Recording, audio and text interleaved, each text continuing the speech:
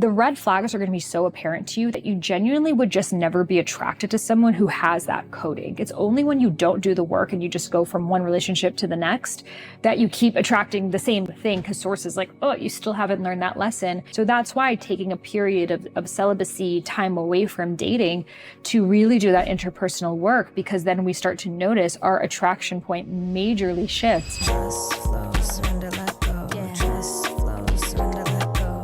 I'm the one I've been waiting for. Trust flows, surrender, let go. Yeah. Trust flows, surrender, let go. Trust flows, surrender, let go. I'm the one I've been waiting for. Yeah. Namaste and welcome back to the Highest Self Podcast. My name is Sahara Rose, and on this podcast, I love to talk about spirituality and make it modern, fun, grounded, and relatable so it can actually serve your needs. This year, I've been committed to doing more impromptu solo casts of me in my life, in my home, sharing the downloads that are coming through. So I'm here in front of my home altar right now, if you're watching this on YouTube or Spotify video, and really excited to share with you some turnings I've had within myself, conversations I'm having with the girlies, knowing that we're all really connected here in this soul group, and likely you're going through this journey in your own way. Before we get into this episode, which I am so excited for, I'm at home, going to rewatch it too. I would love if you could hit subscribe. I've noticed that over 50% of you that listen are actually not subscribed. So it's on YouTube, Spotify, both on video, as well as Apple Podcast. And subscribing allows you to stay in the flow for future conversations. I promise I always keep it entertaining and spunky. You don't have to worry about that. And it really supports the podcast, which I love to make free for you. So be sure to hit subscribe wherever you are, and let's get into this episode. So lots of us here have gone through big heartbreaks that served as initiations on our path. Maybe you went through a big breakup that rocked your world, a divorce you never saw coming, or just a slow ending of a relationship that you knew deep in your soul was not in alignment.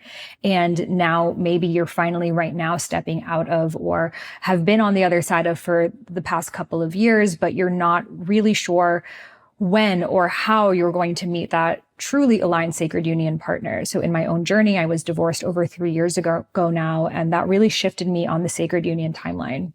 I do believe there are a group of souls of us here on earth to be on this certain timeline to experience sacred union. And when I say sacred union, it's like highest level being met between the masculine and feminine. And even if you're in a same-sex couple, the feminine, masculine within ourselves. So to be playing all out into a Dharmic relationship. So most of us are playing out Karmic relationships. Karmic is like the word karma. What goes around, you know?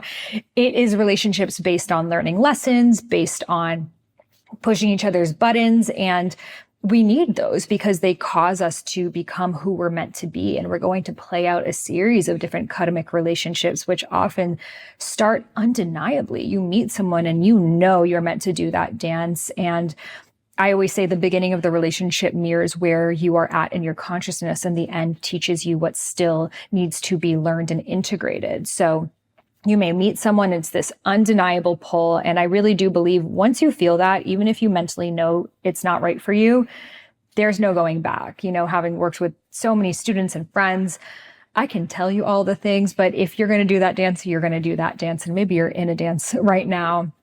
And so there are these magnetic pulls that do cause us to look at things that we would have never looked at within ourselves. And then the reason why it doesn't work is, that's still what needs to be healed and integrated. And often it is the aspects of that other person that you may have overseen or not liked and judged that you actually needed to integrate within yourself. I always say, we date the shadows that we have not integrated. So if you are attracted to men that have a lot of shadow to them, you know, the bad boy archetype in our society, but just men who, you know, there's something very pensive about them, those brown eyes that also need some healing. I know all of us priestesses are like, please let me help you. It's that version of ourselves that's still the savior, that version of ourselves that still feels like she needs to perform in love, that version of ourselves that overlooks the red flags because she just wants to be in love and she just wants the fantasy at any cost. And so we're going to go through a series of these. And by the way, I'm very, very curious which resonate with you. Please comment below so I can make specific videos for those. And so I've noticed we go through a series of karmic relationships, and as we get further and further on our journey, and by the way, you don't need to go through 100 karmic relationships. You can do a lot of this purging work within yourself. That's why I really, really recommend celibacy. After my divorce, I was celibate for 2.5 years. And that really gave me time to be with myself. And in those 2.5 years, I probably would have gotten into toxic encounters or situationships or whatnot. And I was able to evade that by choosing to not let in romantic love in this period of time, because I knew I still had deep shadow and purging work to do within myself. You know, after a big breakup, there's a lot of inner child healing and really taking responsibility of how we were in that dynamic as well. And it takes longer than I think a lot of us want it to. I remember, you know, feeling after my divorce, like, I'm just going to do all the work. I'm going to do the EMDR. I'm going to sit with ayahuasca. I'm going to do every single thing. So I'm like done with this, moving on, sacred union. I just wanted to get through it. And what I've learned now 3+ years later is like, oh, now I would say I'm finally ready, because there were certain karmas that only time, situations, sitting in my own discomfort would have caused me to look at. And I have found we go through those and then we reach this period of the void. Imagine this is the year you finally start your podcast, because let's be real, you're having so many incredible conversations with people that you're like, damn, I wish that was recorded. That could have helped someone. And it's time to finally do that and hit publish and let your voice be heard so it can make the impact that you are here to make. I would have never guessed in 2017, when I started this podcast, what it would become. 55 million downloads later, my best friends made my deepest sense of purpose. This podcast is the most favorite thing I do, beyond any traveling, beyond any business. Like, this is the thing that gives me life, and it has led to me traveling, and it has led to 6-figure business, and it has led to books and memberships and courses and so much more. There is nothing more powerful than long form content, because the thing about Instagram is like, someone might watch your reel and then a second later it's gone. But with the podcast, people are really listening. They're present with you. They're understanding you. And you also get to have conversations with the people that you would want to be mentored by. Like, every single week, I'm blown away by the thought leaders and experts and coaches that I get to have on my podcast, and you can too. So many people have asked me for a podcast mentorship where I personally guide you in a small group, max 10 people, on how to start your podcast, what to name it, what the thumbnail graphic should be, what type of interviews or solo casts you're going to be putting out, the description of your podcast, and so much more. So this is my first ever 6-week mentorship, capped at only 10 people, where I will personally be on Zoom every single week with you for 90 minutes every week. Plus, you can email me the thumbnail pictures, all the things you want me to review. So you're going to be able to hit the ground running with the clarity that you need to get your podcast off the ground and out into the world this year. So head over to my show notes. It's the very first link there. If you're interested, you're curious, you want to get started, it's available for the first 10 people only. But if you're listening to this later on, I'll have a wait list open, and I can't wait to support you in the mentorship. So that period of the void is when getting into any kind of situation that's not our highest level sacred union is just in no way enticing. Like, we may meet people that we're like, oh, we could do this dance. There is a lot here. But because I know how I truly want to feel, and not who he is, but how I want to feel. And there's a big difference in that. Most of what like the love manifestation space will tell you is write a list of every single thing about him and wait for that person. And if you've been on this journey, your list has probably changed over time, because with karma burning, you gain new experience. So you thought, oh, I really wanted a man who da-da-da-da-da. But having had that realization, now I'm actually realizing it's not that. And often we personify aspects of someone in like a culture. Like, I love, for example, I'm super romantic. I love love. And so I'm like, I need to be with a Latin American guy because they're the only ones who can meet me.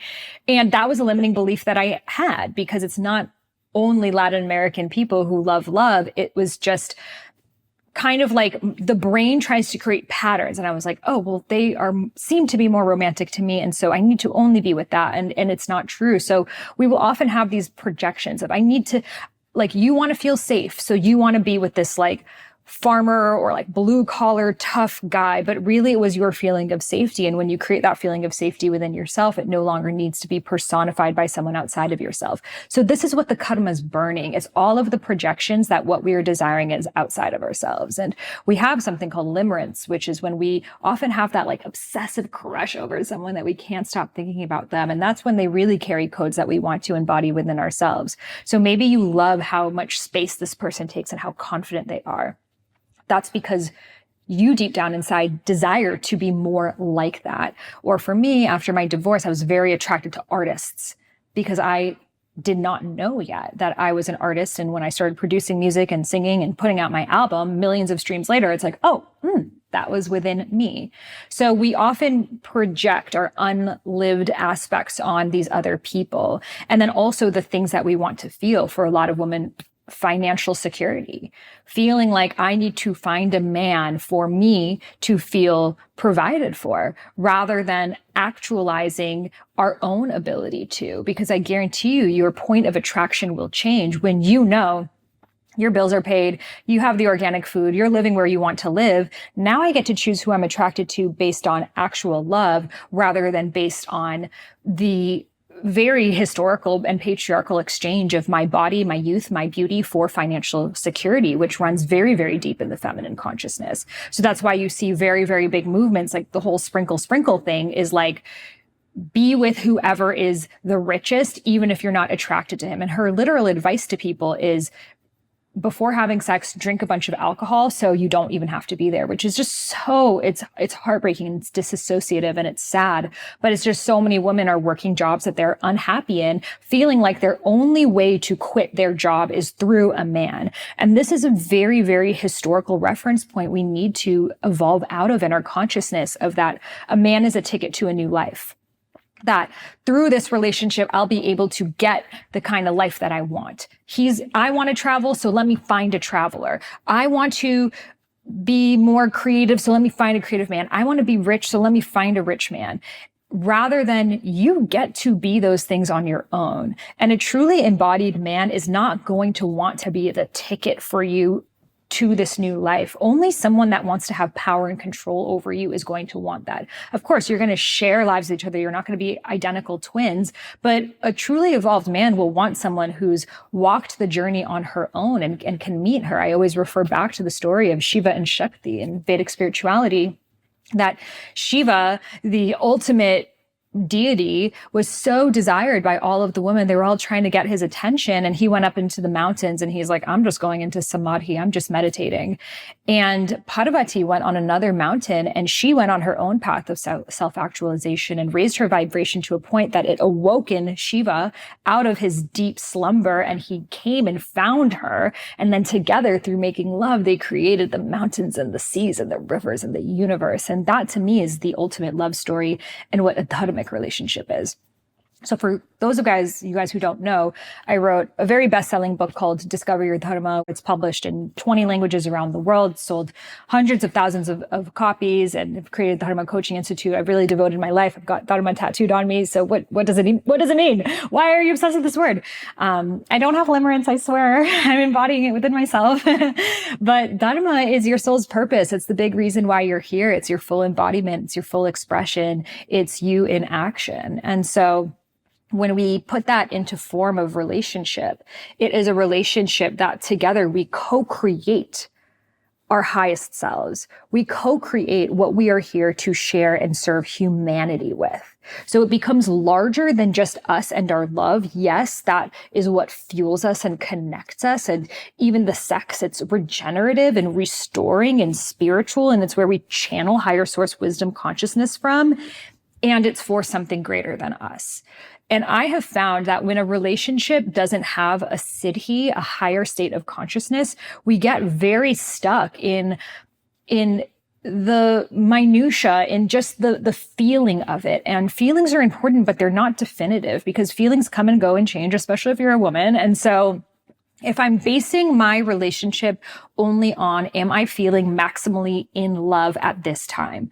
Well, that's why most relationships don't work, because you're like, I don't feel the same way I did at the beginning, because the love matures and it ferments and it takes new form. But when you connect it to a North Star, that allows you to see the bigger vision in moments when one person's tired or one person's maybe a little bit snappy or whatever the thing is of course to co-create that love, but like to remember why you're here, which is going to naturally bring you back into your hearts. So maybe your dharma together is to teach about spirituality, or create a beautiful cafe, or write a book together, or create some form of project. It doesn't even need to be your career. Your children are a huge part of your dharma. They're like the ultimate offerings that you're here to serve and share with humanity.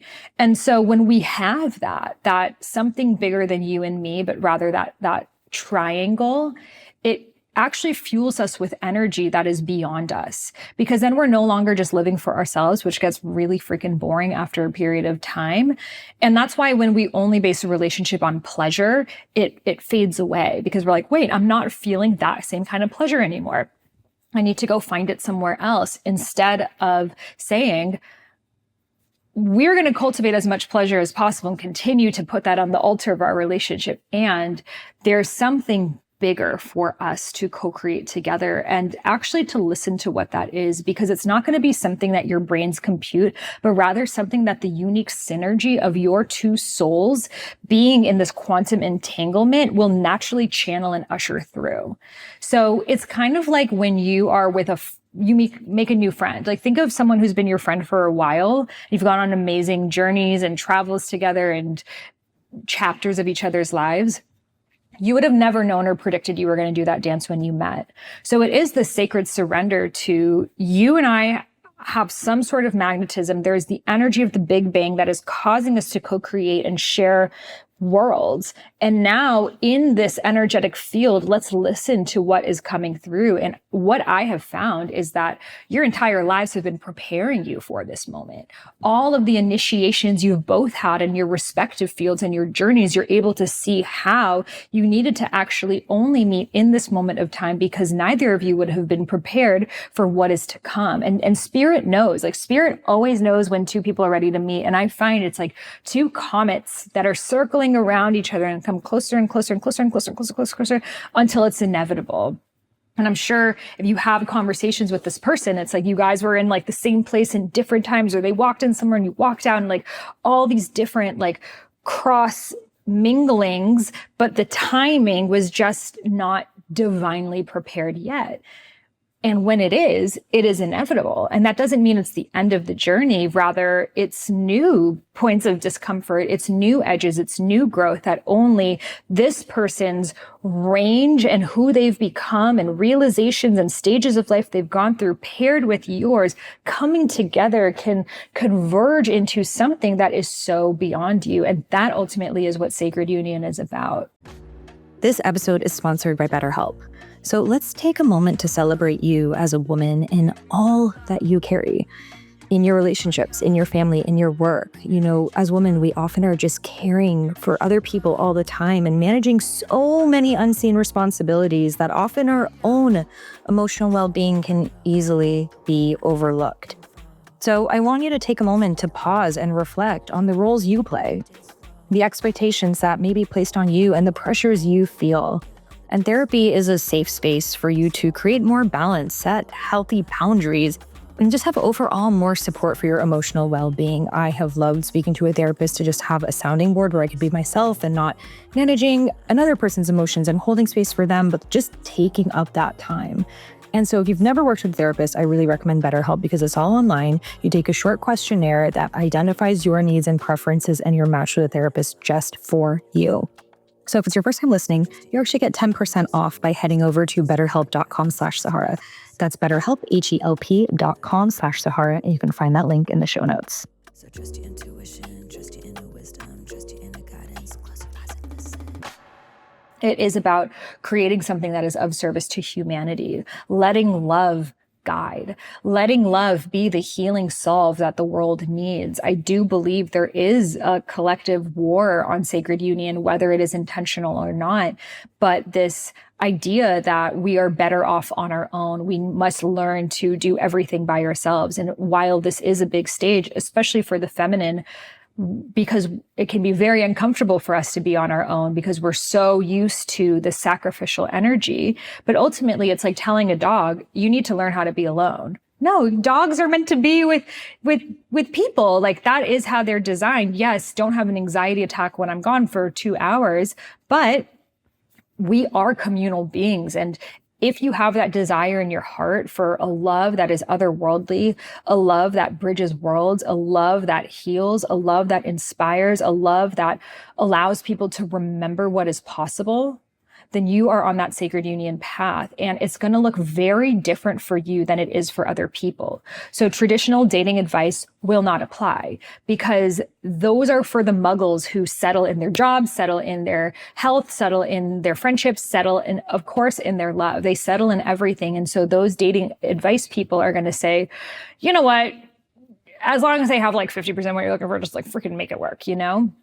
And I do believe that advice, like what we can take from that is the person's not going to be perfect. They're not going to be maybe exactly what you were calling in, but I do believe in a lot of ways it will be better.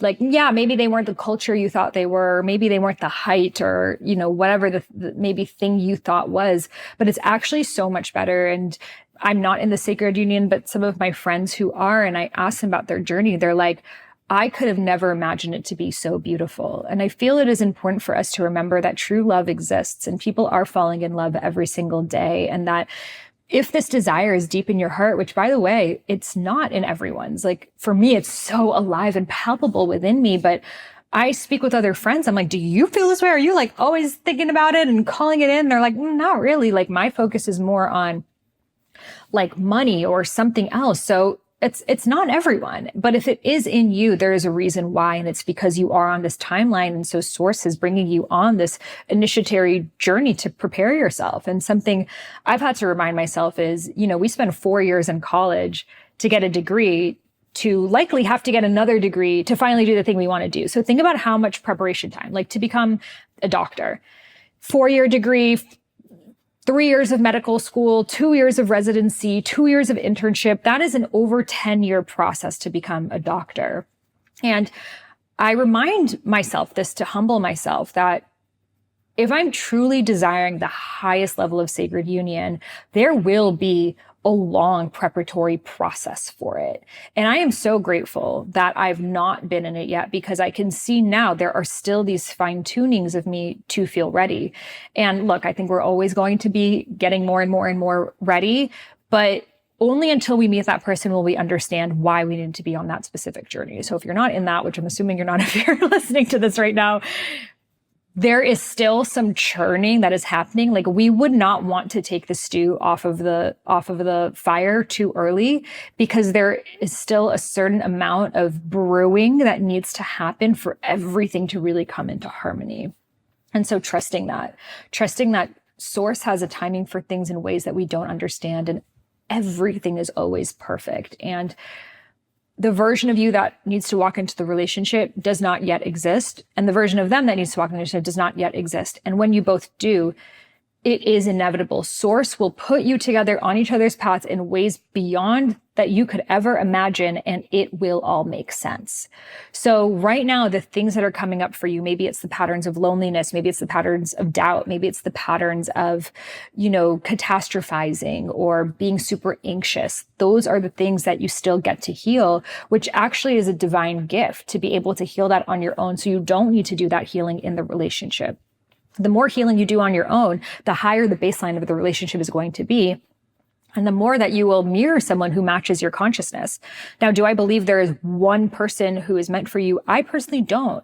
I actually believe as you evolve in consciousness, you might outgrow people who could have been a partner into this higher and higher and higher version of yourself. And you'll always find someone that mirrors your consciousness. However, I do believe children choose their parents, and there is a very specific process of how they choose who the mother and father will be. But sometimes that's not even your sacred union partner, as you guys have probably seen in the collective. So trusting that you're here to do your work, and it's not around finding him, but rather it is around you being prepared, because you don't want to be in a relationship where you're going to feel anxious the whole time. You know, I've seen friends that they call in their perfect person, but then they're super, super anxious. They can't even receive it. And of course, things will come up that need to be healed regardless. But the more that we can do that work on our own, you know, for me, it's been a lot around learning how to be alone, learning how to be in the unknown, seeing my own shadows. These were all things I never fully needed to do because I was always in a relationship. And when I've now in this 3+ year incubation process of really going into it, I love my aloneness. I love the unknown. I dance with the snake. And the more integrated I become, the more of an integrated soul I will magnetize. So the things that you're afraid of, the things that you judge, the fears that you have, you know, for a lot of us, it's fears of being betrayed, fears of being lied to, fears of being abandoned, to go into those shadows and realize that even if that thing happens, I will be okay. And as long as you learn from the lesson, it will not repeat. And that's what I've really learned, is you never do the same dance again if you've learned. So maybe you were in a relationship where there was infidelity or something happened. If you actually sat with it, processed it, healed it, the red flags are going to be so apparent to you that you genuinely would just never be attracted to someone who has that coding. It's only when you don't do the work and you just go from one relationship to the next that you keep attracting the same thing, because source is like, oh, you still haven't learned that lesson. And who we're attracted to will have those same qualities. So that's why taking a period of celibacy, time away from dating, to really do that interpersonal work, because then we start to notice our attraction point majorly shifts, that people that we may have overlooked, may have never considered someone for us. Maybe it's a friend you had for a long time or an acquaintance. All of a sudden you look at them with different eyes because you're not looking at them anymore, maybe just based on looks, maybe based on lust, but instead looking at them through the eyes of God and actually seeing their soul. And I feel that's what really shifts. It's, you know, we have been taught to date based on status, looks, you know, achievements, but rather when we can date with our eyes closed and just feel into someone's energy, because that's the person you're going to be having conversations with for the rest of your life. So you want them to be deep and multifaceted and the version of you that you love to be. And for that person to evoke the qualities in you that you want to spend more time in. Of course, it will also bring up shadow and things that we might sometimes try to run away from. But those are things that are being held in love and being called forth to heal. So let me know if this resonates. Let me know what you're feeling with this, what's showing up for you, and any other topics you would love for me to do a solo cast jam on. I absolutely love doing these, and it's really fun and easy for me because I'm like having a moment thinking about these things, and then I can turn on my phone and give it here straight to you. So please comment below on YouTube, on Spotify, read them all. And I'm so excited to see you in the next episode. Namaste. Trust your intuition, trust your inner wisdom, trust your inner guidance. Close your eyes and listen. Surrender, let go. So trust your intuition, trust your inner wisdom, trust your inner guidance. Close your eyes and listen.